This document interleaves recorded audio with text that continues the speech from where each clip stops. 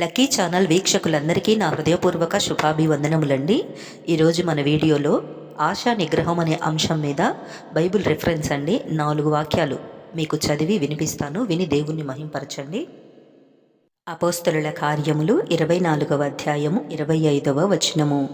నీతిని గూర్చియు ఆశా నిగ్రహమును గూర్చియు రాబోవు విమర్శను గూర్చియు ప్రసంగించుచుండగా ఫెలిక్సు మిగుల భయపడి, ఇప్పటికి వెళ్ళుము, నాకు సమయమైన నిన్ను పిలువనంపింతునని చెప్పెను.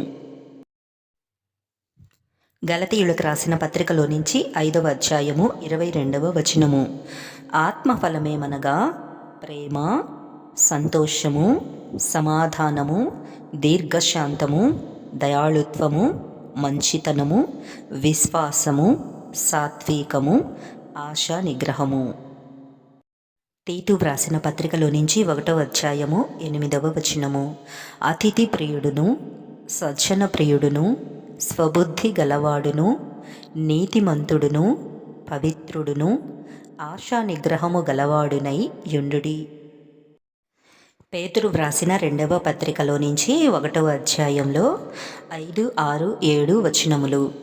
ఆ హేతువు చేతనే మీ మటుకు మీరు పూర్ణ జాగ్రత్త గలవారై మీ విశ్వాసమునందు సద్గుణమును, సద్గుణమునందు జ్ఞానమును, జ్ఞానమునందు ఆశా నిగ్రహమును, ఆశా నిగ్రహమునందు సహనమును, సహనమునందు భక్తిని, భక్తియందు సహోదర ప్రేమను, సహోదర ప్రేమయందు దయను అమర్చుకొనుడి.